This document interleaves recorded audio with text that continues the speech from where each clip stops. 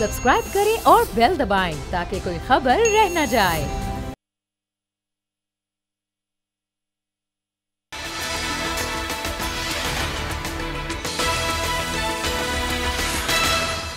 अस्सलाम वालेकुम, मैं हूं फैसल अजीज खान। पंजाब में तारीख रकम हुई है। वज़ीर आला दो हैं या एक हैं, ये सिलसिला जो काफ़ी दिनों से चल रहा था, फाइनली हल्फ बर्दारी हो गई है। शहबाज शरीफ साहब के साहबजादे हमजा शहबाज 21वें वज़ीर आला पंजाब हो गए हैं, हल्फ उठा लिया, उनकी मीटिंग शुरू हो रही हैं। कौमी असम्बली के स्पीकर ने हल्फ लिया है। आखिर ऐसा क्यों हुआ है? क्यों गवर्नर पंजाब ने हल्फ नहीं लिया? इसमें कहाँ आइन शिकनी हो रही थी? आइन शिकनी हुई है, नहीं हुई है?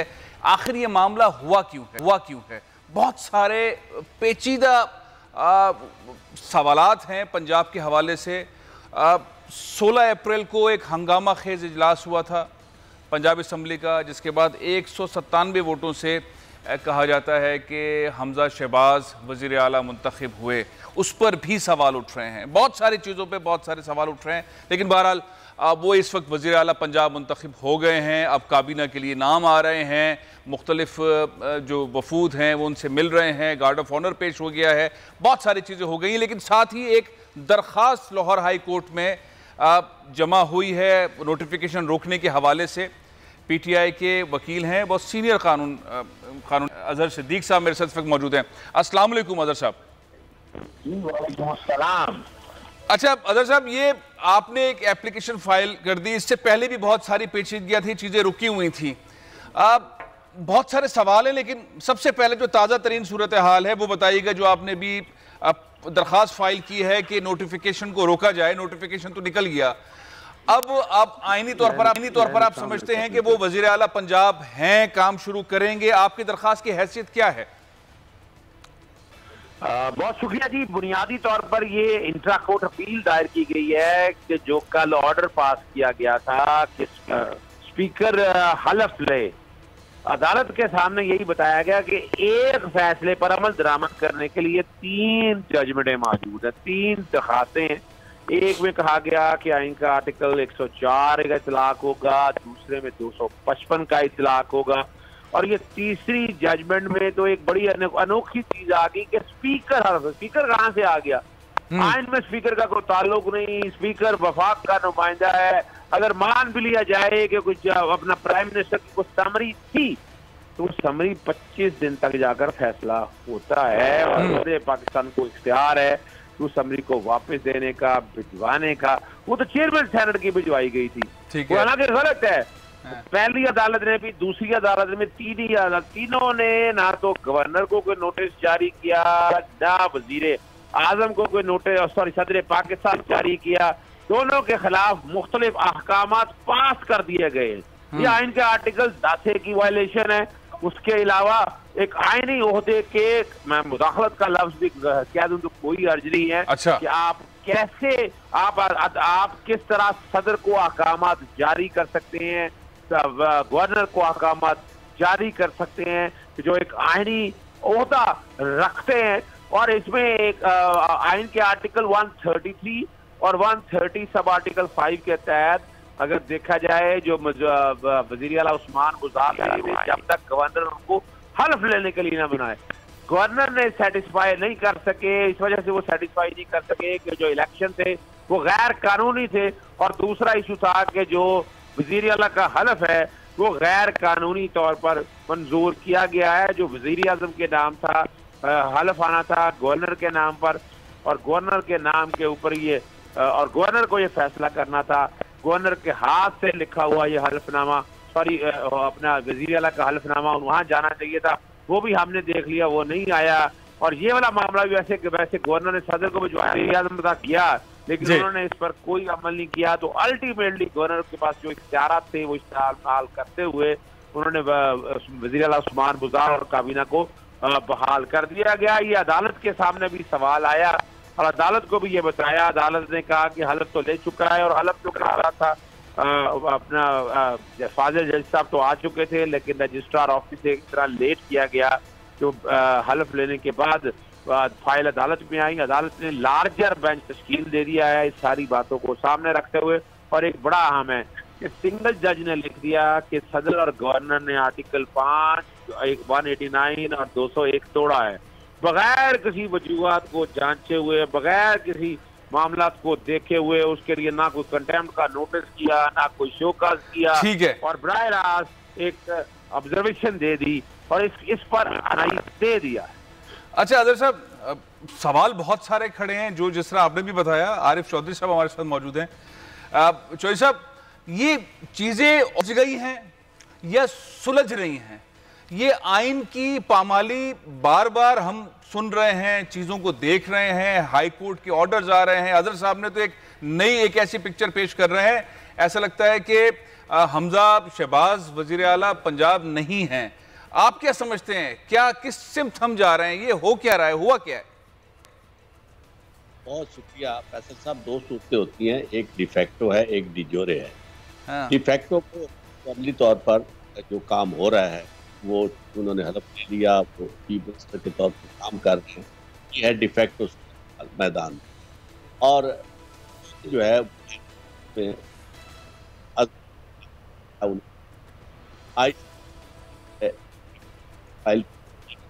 आरिफ साहब की आवाज़ प्रॉपर नहीं आ रही है, ज़रा चेक कीजिएगा। आरिफ साहब की आवाज़ सही मौसूल नहीं हो रही, भी आ रही है। नुक्ता बहुत अहम है, नुक्ता बहुत अहम है जिसको आरिफ साहब जो है एक्सप्लेन कर रहे हैं। मामला ये है कि पंजाब के अंदर एक ऐसी हिजानी कैफियत थी, वो अब ख़त्म हो गई है या है, बढ़ रही है आगे। अब कौमी असम्बली के स्पीकर राजा परवेज़ अशरफ साहब ने हल्फ लिया, हल्फ लेने के बाद हमजा शहबाज साहब वज़ीर आला हाउस पहुंच गए, चीज़ें आगे बढ़ना शुरू हो गई। लेकिन सवालात अपनी जगह पे बहुत सारे खड़े हैं। अदर सिद्दीक साहब, जब तक आरिफ साहब का टेक्निकल मामला आवाज़ ठीक होती है, ये बताइएगा कि अगला रास्ता क्या होगा? अब तो वो काबीना बनाने की तरफ जाएंगे, तो अब काबीना का हल्फ कौन लेगा? क्या दोबारा कौमी असम्बली के स्पीकर तशरीफ लाएंगे? देखिए, एक नोटिफिकेशन जारी कर दिया गया है। हाँ। कि अपना हमजा शहबाज जो है वो वजीर आला होंगे। वो नोटिफिकेशन की इलीगल और अनकॉन्स्टिट्यूशनल है, उस पर अमल दरामद की हम दरख्वास्त तैयार कर रहे हैं। इसी बुनियाद पर कि काबीना तो पुरानी नया हलफ आपने ले भी लिया, वजीर आला नहीं हो सकते हैं और ना ही आप काबीना तश्कील दे सकते हैं। अच्छा। अब ये मामला अदालतों के सामने आ गया है। जहां तक सूबाई असेंबली पंजाब का इलेक्शन भी चैलेंज किया जा रहा है और दोस्त मिजारी को आइन के आर्टिकल 63(2) के तहत उनकी नाहली के हवाले से भी नोटिफिकेशन जारी किया जा रहा है। आने वाले दिनों में आप यहाँ पर अदालतों में बहुत गहमा गहमी देखेंगे।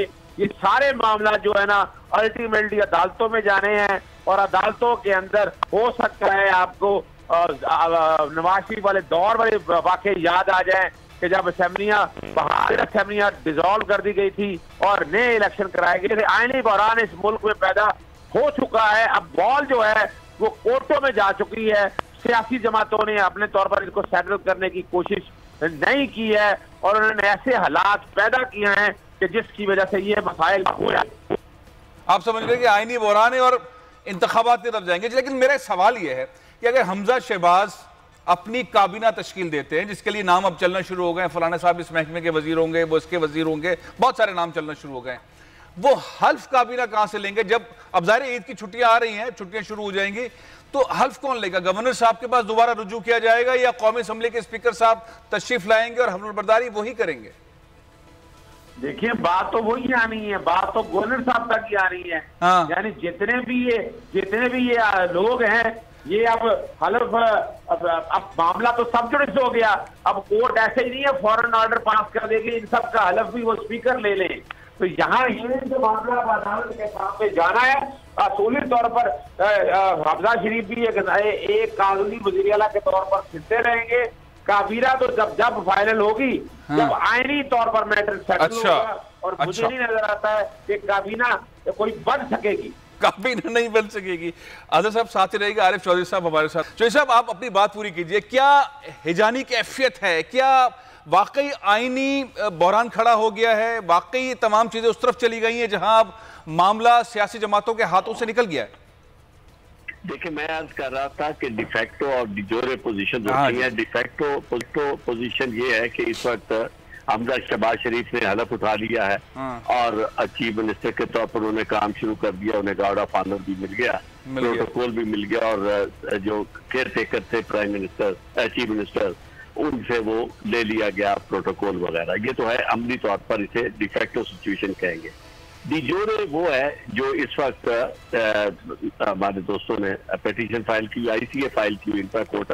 बहुत ही अच्छा होता कि जो इस वक्त अदालत ने किया है कि जी लार्जर बेंच तश्कील दिया जाए, ये इतना बड़ा इशू था, आईनी मसला था, जिसमें एक तरफ गवर्नर के इख्तियारात थे और दूसरी तरफ ये सूरत हाल थी, यानी जो अदालत कर रही थी कि जी हलफ आप लें, और गवर्नर का ये कहना कि मैं हलफ किस चीज का लूं, चूंकि इलेक्शन हुआ ही नहीं है।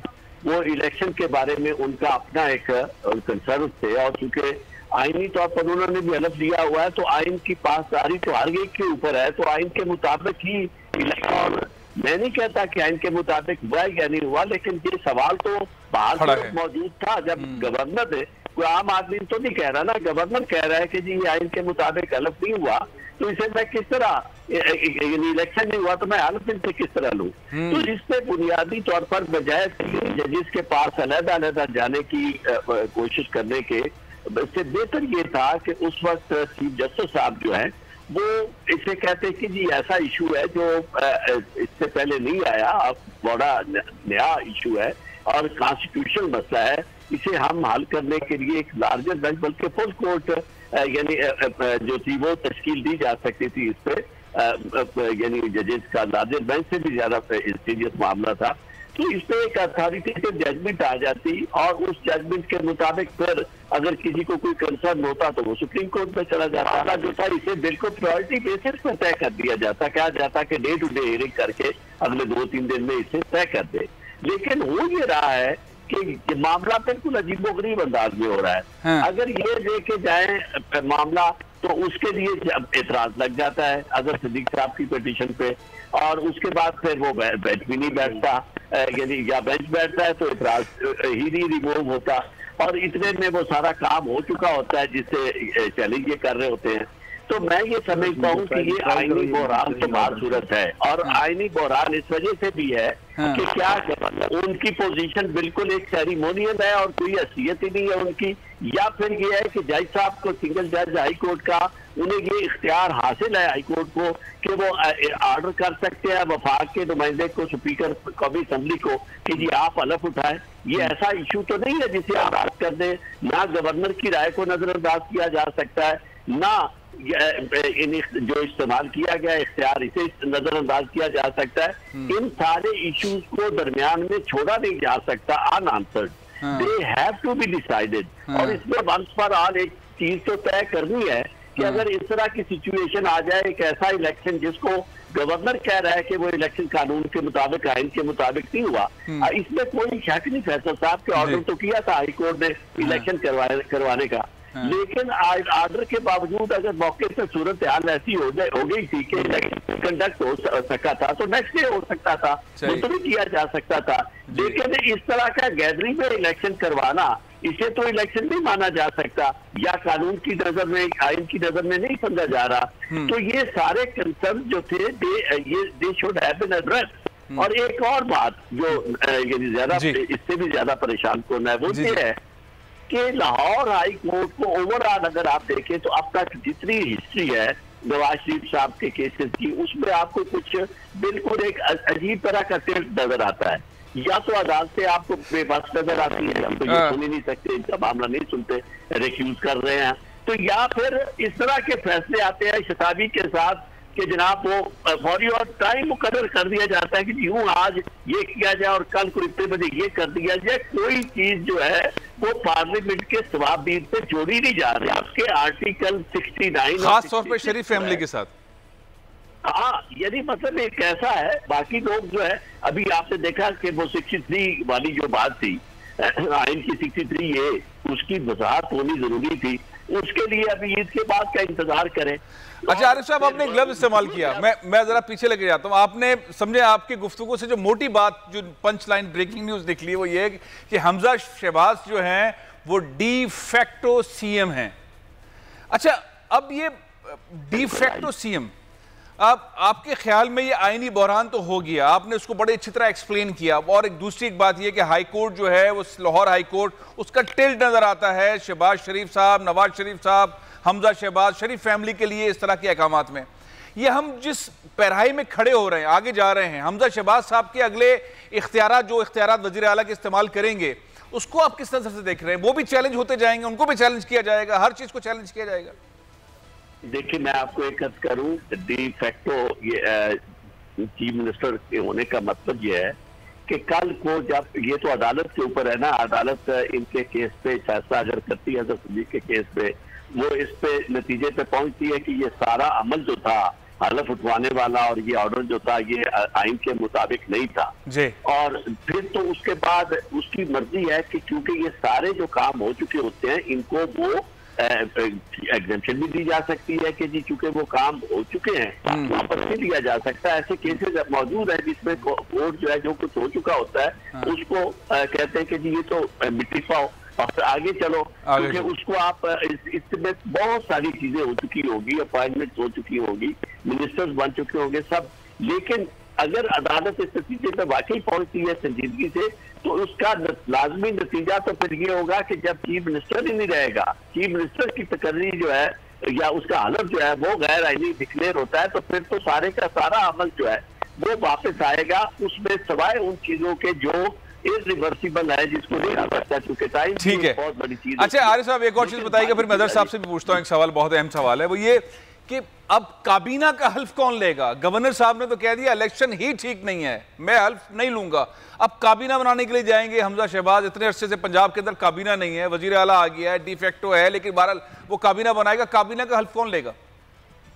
काबीना के लिए भी उन्हें फिर जाना पड़ेगा, फिर कोर्ट से, उसी कोर्ट से जिस कोर्ट ने अपना इस हत्या के इख्तियार इस्तेमाल किया है उनके पास जाएंगे, उन्हें कहेंगे जनाब आप हमारा दूसरा मसला भी हल करें, आपने मेहरबानी कर दी, अच्छा हमने हलफ तो उठा लिया, लेकिन बात यहाँ तक तो नहीं, हमारा तो काम आगे भी चलना है, आगे भी और आपको वहां से लाना पड़ रहा है। तो उसका गुलशन का कारोबार चलाने के लिए अदालत की मदद की तो उन्हें हर जगह जरूरत होगी, वरना तो रुकावटें तो हर जगह खड़ी है। फिर एक और मरहला भी आएगा जी, वो इनसे कहेंगे कि अगर ये सारी सूरत हो जाती है तो गवर्नर साहब को तो अभी रिमूव नहीं किया जा सकता ना, कि प्रेसिडेंट साहब मौजूद है, तो गवर्नर साहब इनसे कह सकते हैं कि जनाब अब आप जरा यदि लेना उसकी अपना वोट ऑफ कॉन्फिडेंस ले और एतमाद का वोट दोबारा लें। इसमें जो मैं आपको एक जो कह ना वो ये है, वो है रवैया इसका इलेक्शन कमीशन का। इलेक्शन कमीशन इस चीज को यानी इन लोगों को डी नोटिफाई करने वाला अमल जो है, आज इस 26 लोग मौजूद हैं जिनकी वजह से हमला चीफ मिनिस्टर होने का दावा कर रहे हैं, और 26 वो लोग हैं जो मुनर्रफीन हैं।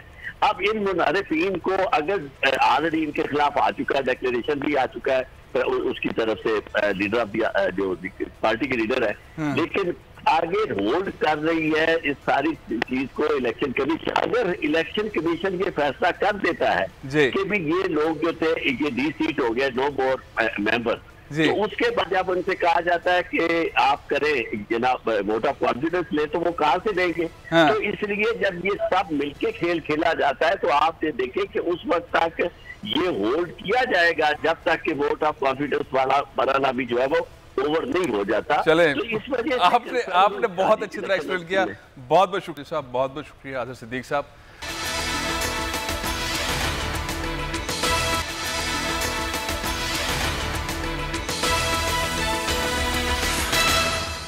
Welcome back. मदीना मुनव्वरा में मस्जिद नबवी के अहाते के अंदर शोर हुआ, गुस्सा हुआ, एहतजाज हुआ, नारे लगे। ये तारीख़ में बदतरीन मिसाल है, इसमें तमाम पाकिस्तानी इसकी मजम्मत कर रहे हैं, एहतजाज कर रहे हैं, ऐसा नहीं होना चाहिए था। ये वाक़या है क्या? इस वाक़े के पीछे एक तो गुस्सा कहा जा रहा है, एहतजाज कहा जा रहा है, ये पाकिस्तानी को किस सिमत ले जाएगा? और इसका जो एक पहलू है, इसका पहलू वो जो एहतराम का पहलू है, रसूलुल्लाह सल्लल्लाहु अलैहि वसल्लम से मोहब्बत और अक़ीदत और एहतराम, वो वाला पहलू वो सबसे ज़्यादा मुहतरम है। उस पहलू पर क्यों आखिर उसके बाद भी ये फ़ैसला नहीं हो पा रहा, नहीं किया जा रहा, लोग नहीं उसको मान रहे कि ये गुस्सा हमने किया, हम एहतराम करते हैं नबी का, मोहब्बत करते हैं, एहतराम करते हैं, लेकिन इन रहनुमाओं को वहाँ नहीं आना चाहिए था। ये बड़ी बहस हो रही है। कौम को समझने की, समझाने की ज़रूरत है कि ये एहतराम अव्वल है, और सियासत बात की चीज़ है, सियासत का इतना बड़ा रोल नहीं है। लेकिन बहरहाल इस पे बात होने की जरूरत है। डॉक्टर आमिर अब्दुल्ला साहब मौजूद है। अस्सलाम वालेकुम डॉक्टर साहब। वालेकुम अस्सलाम रहमतुल्लाहि व बरकातुहू। डॉक्टर साहब, सब बहुत मजम्मत कर रहे हैं, सबके दिल बहुत दुखे हुए हैं, बहुत तकलीफ में हैं, लेकिन ये मरहला ज़ाहिर हुआ है और उसके बाद बहुत सारे लोग सोशल मीडिया पर इस तरह देखते हैं कि भाई नबी सल्लल्लाहु अलैहि वसल्लम का एहतराम मोहब्बत अपनी जगह पर है और वो लाजिम है और वो कर रहे हैं, लेकिन ये इन लोगों का वहाँ जाना, वहाँ इस तरह से आना मुनासिब नहीं था और ये कोई सियासी मामला नहीं है बल्कि ये गुस्सा है। लेकिन बहरहाल इसके अंदर दोनों तीनों पहलू नजर आते हैं। आप इसको ओवरऑल इस पिक्चर को किस तरह देख रहे हैं? हम कहाँ, हमारी कौम एज अ पाकिस्तानी हम कहाँ चले गए हैं? ये क्या है? बिस्मिल्लाहिर्रहमानिर्रहीम नहमदुहु व नुसल्ली अला रसूलिहिल करीम व बाद। देखिए, नबी करीम सल्लल्लाहु अलैहि वसल्लम से मुसलमानों का, अहले ईमान का जो ताल्लुक़ है वो रूह और जिस्म का ताल्लुक़ है। नबी करीम सल्लल्लाहु अलैहि वसल्लम की उल्फत, आपकी मोहब्बत, आपसे ताल्लुक़, आपका इश्क ही दरअसल ईमान की वो चिंगारी है जो गए गुज़रे दौर में मादा परस्ताना हालात और अहवाल में भी एक मुसलमान को इस्लाम के करीब लेकर आती है। नबी करीम सल्लल्लाहु अलैहि वसल्लम से जुड़ी हुई हर शय इंतहाई मुक़द्दस हो जाती है, मोहतरम हो जाती है। बिलख़ुसूस हुज़ूर करीम सल्लल्लाहु अलैहि वसल्लम का जो मकाम बुलंद अल्लाह रब्बुल आलमीन ने बयान फरमाया है, व रफ़अना लका ज़िक्रक इन्ना आतैना कल कौसर, और ख़ास तौर पर आपके अदब के हवाले से फरमाया कि या अय्युहल्लज़ीना आमनू ला तरफ़उ अस्वातकुम फ़ौक़ सौतिन नबी, तुम्हारी आवाज़ें भी नबी अलैहिस्सलाम की आवाज़ से ऊंची नहीं होनी चाहिए। तुम उन्हें इस तरह भी नहीं पुकार सकते जिस तरह आपस में एक दूसरे को पुकारते हो। अपनी आवाज़ों को उनके सामने पस्त रखना है। उनके सामने जाने से कबल अल्लाह की राह में सदका दो, अल्लाह ताला से मुआफ़ी मांगो, फिर उनकी जनाब में पेश हो। कहीं ऐसा ना हो कि बेखबरी ही में, तुम्हें पता भी ना चले, तुम्हारे सारे आमाल अकारत चले जाएँ। ये इस्तेक़ाक़, ये हैसियत, ये मकाम बुलंद कायनात में सिर्फ जनाब मोहम्मद रसूलुल्लाह सल्लल्लाहु अलैहि वसल्लम को हासिल है। और आप देखिए हज़रत उमर फ़ारूक रज़ी अल्लाह ताला अन्हु, जिनकी आवाज़ फ़ितरी और कुदरती तौर पर ज़रा ऊँची और बुलंद थी, उन्होंने कई दिन नबी करीम सल्लल्लाहु अलैहि वसल्लम की महफ़िल और मजलिस में ज़बान नहीं खोली। आका अलैहिस्सलाम ने ख़ुद पूछा, उमर तुम बोलते क्यों नहीं, आवाज़ नहीं तुम्हारी सुनाई देती?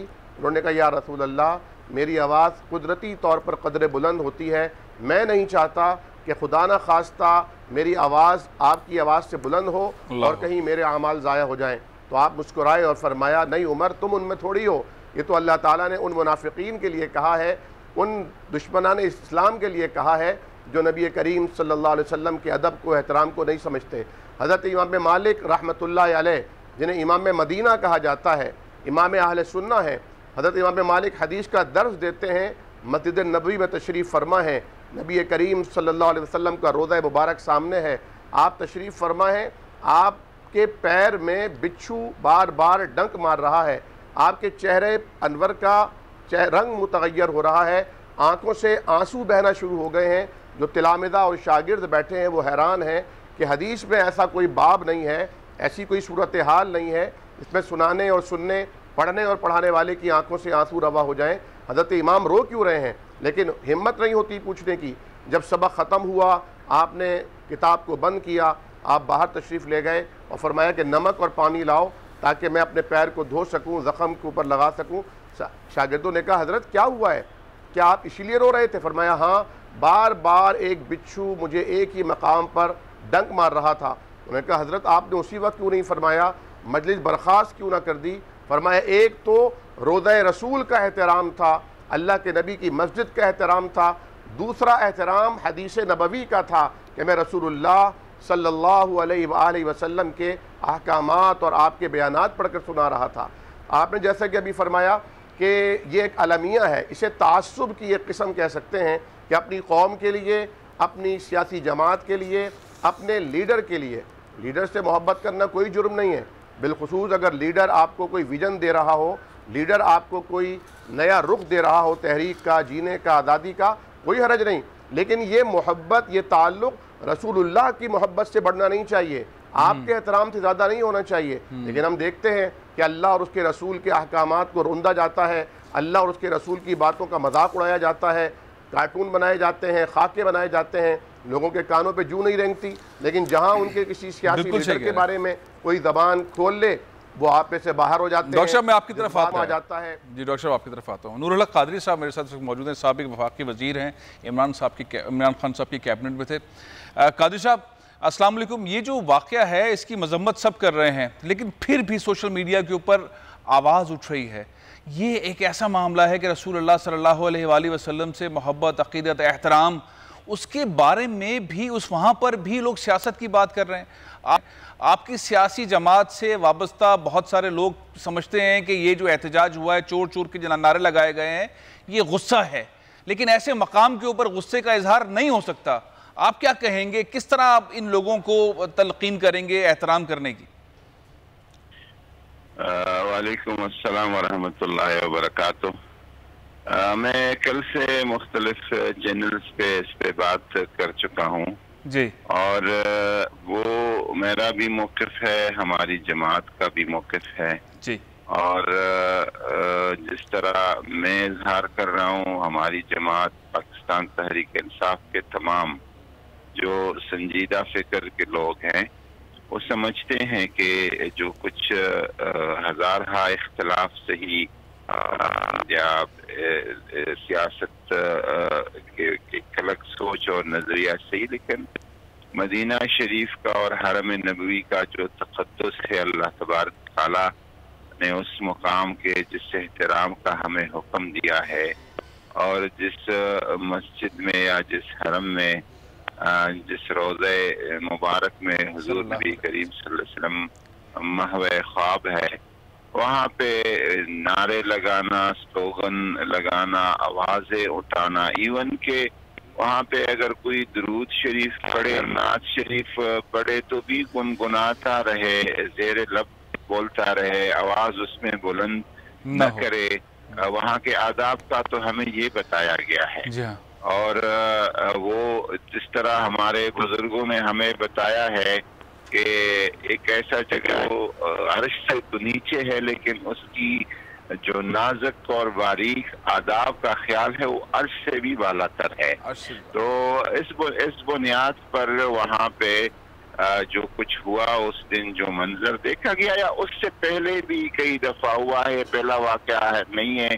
अगर किसी के जिंदाबाद के नारे भी लगाएं तो अच्छी बात नहीं, मुर्दाबाद के नारे लगे हैं तो भी अच्छी बात नहीं। पहले भी कई दफा इस तरह के वाक़यात हैं, उसकी किसी तौर पर न तो उसको अच्छा कहा जा सकता है। वो बहरहाल बगैर किसी के और चुनान के और इफ्स एंड बट्स, वो बहरहाल काबिल मज़म्मत है और अच्छा नहीं हुआ है, और मदीना शरीफ के आदाब के खिलाफ है, शरिया के खिलाफ है, इंतहाई नामुनासिब और गैर माकूल तरीका था, इसमें तो कोई शक नहीं। हाँ, जो लोग कहते हैं कि गम गुस्सा है, गैज है, गजब है पाकिस्तानी पूरी कौम का, जो मौजूदा बरसर इक़्तिदार अशराफिया है, इसके खिलाफ, और उसका इजहार टोरंटो में भी आपको नजर आता है, न्यूयॉर्क में भी, लंदन के सड़कों पे, दुबई में, कोलालमपुर में, दुनिया के हर शहर में जो पाकिस्तानी डायस्पोरा है और बैरून मुल्क का ओवरसीज पाकिस्तानी है, वो भी इजहार कर रहे हैं। जो पाकिस्तान सही कह रहे हैं आप सही कह रहे हैं, लेकिन सवाल बहुत सारे हैं। मदीना शरीफ, हाँ नहीं, सवाल बहुत सारे। मैं कमर्शियल ब्रेक ले लूँ, नूरुल हक कादरी साहब ब्रेक ले लूँ, फिर आपके पास आता हूँ। एक बहुत अहम सवाल होगा। सवाल ये है कि इन लोगों के खिलाफ होना क्या चाहिए जो इस बात को समझ नहीं रहे हैं, और इमरान खान साहब आखिर इस चीज़ की मजम्मत कब करेंगे? नूरुल हक कादरी साहब ने तो की, इमरान खान साहब जब मजम्मत करेंगे तो फिर मामला बिल्कुल ठंडा हो जाएगा। इस ब्रेक के बाद बात करते हैं।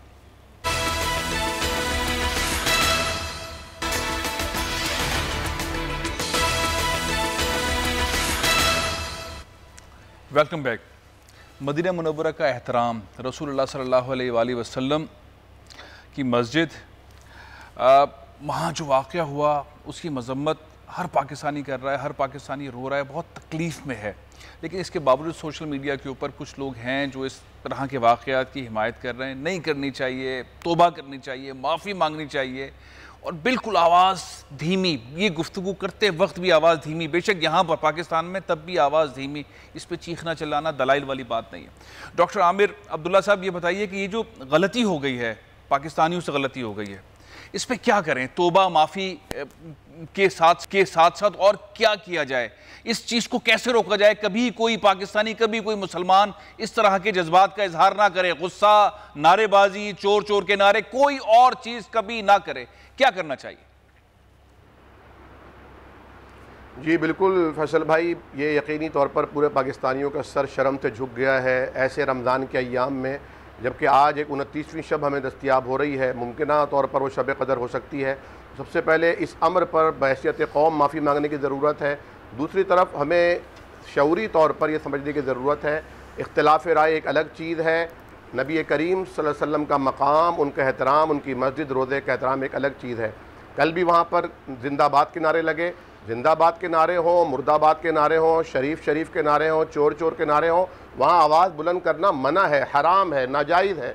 इस पर तौबा करनी चाहिए। जो लोग वजाहतें दे रहे हैं कि वो मार्केट का एरिया है, वहाँ शटल चल रही है, ये खुद अपने ऊपर वबाल ले रहे हैं। आपको कहना चाहिए नो कमेंट्स, हम माजरत चाहते हैं, हमारे सर शर्म से झुक गए हैं। इसके अलावा और दूसरी कोई बात नहीं होनी चाहिए। वो पूरा अहाता मस्जिद नबवी का अहाता है, पूरा अहाता मस्जिद का अहाता शुमार होता है। वहाँ पर अदब की जगह है, अदब से सर झुका कर चलना है, नज़रें झुका कर चलो, जिस्म जान बचा कर चलो। सूरत हाल ये है, अल्लाह अल्लाह करके हमारी मजहबी फ़िरक़ावारियत से जान छूटी है। अब मुझे लगता है ये सियासी फ़िरक़ावारियत इस दर्जा तक ना पहुँच जाए कि मस्जिद में एक साहब किसी के बराबर में आके खड़े हों तो वो कहे इसको हटाओ ये गद्दार है, वो कहे इसको हटाओ ये यहूदी एजेंट है। ये चीज़ें इंतहाई ख़तरनाक हैं। हमारी सियासी लीडरशिप को चाहिए अपने अवाम की, अपने कारकुनों की तरबियत करें और सब मिलकर इज्तिमाई तौर पर दुआ करें। मैं किसी एक को मुर्द इल्ज़ाम नहीं ठहराता, लेकिन ये जज्बाती कौम है और जज्बात की भी तरबियत होनी चाहिए। बहुत बहुत शुक्रिया, मुनज़्ज़म करना चाहिए। बहुत बहुत शुक्रिया जज्बात। डॉक्टर साहब बिल्कुल सही आपने किया, बहुत बहुत शुक्रिया डॉक्टर आमिर अब्दुल्ला साहब। मदीना मुनव्वरा के अंदर हज़ारों की तादाद में, लाखों की तादाद के अंदर लोग नंगे पैर होते हैं, पूरे मदीने का एहतराम करते हैं, जूते नहीं पहनते। मैंने कई बार ऐसे हज़ारों लोगों को देखा है जो जूते नहीं पहनते, इतना एहतराम करते हैं, बहुत अदब से बात करते हैं, बहुत एहतराम से बात करते हैं। हमें माफ़ी मांगनी चाहिए, इस पर माफ़ी मांगनी चाहिए, तौबा करनी चाहिए। प्रोग्राम ख़त्म कर रहा हूँ, इंशाल्लाह कल फिर हाजिर हूँगा। इजाज़त दीजिए। पाकिस्तान जिंदाबाद।